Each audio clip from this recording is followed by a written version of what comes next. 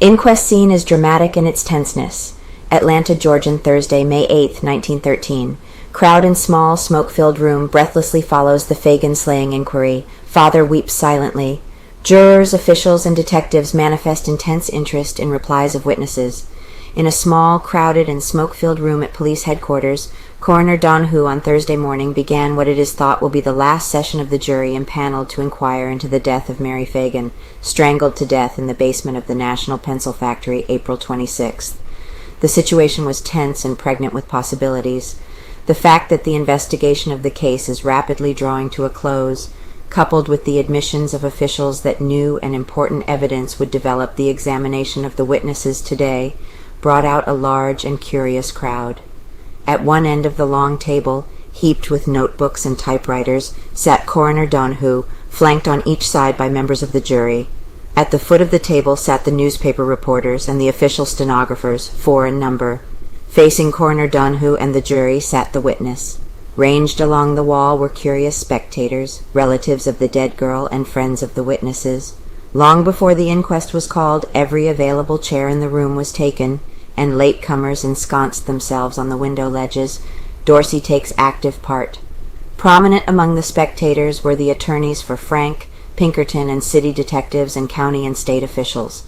Solicitor Hugh Dorsey sat just behind Coroner Donehoo and took an active part in the questioning of the witnesses.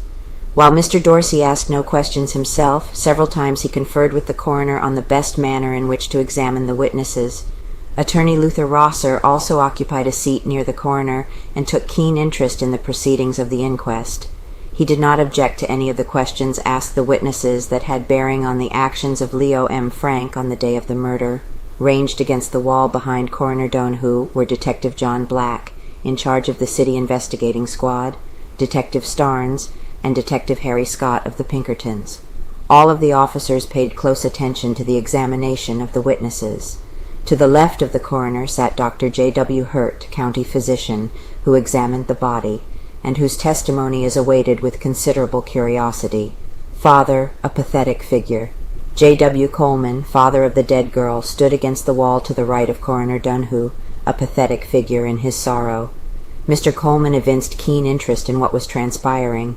He kept his eyes fixed constantly on the witness who sat at the foot of the long table, and his eyes filled with tears as the tragic details of the finding of the child's body were related. The attitudes of the individual members of the jury showed their realization of the responsibility that rests upon them. Each of the 6 sat with his arms on the table, paying closest attention to the statements of the witnesses.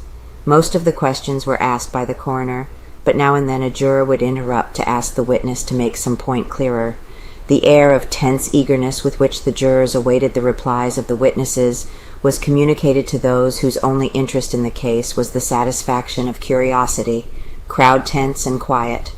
The crowd in the room was one of the quietest that has ever attended a session of the inquest. Save for the occasional scratching of a match or the dragging of a chair across the floor, nothing was heard but the voices of the coroner and the witnesses. All of the witnesses brought in were subjected to a close examination by Coroner Donehoo, and all bore the ordeal well.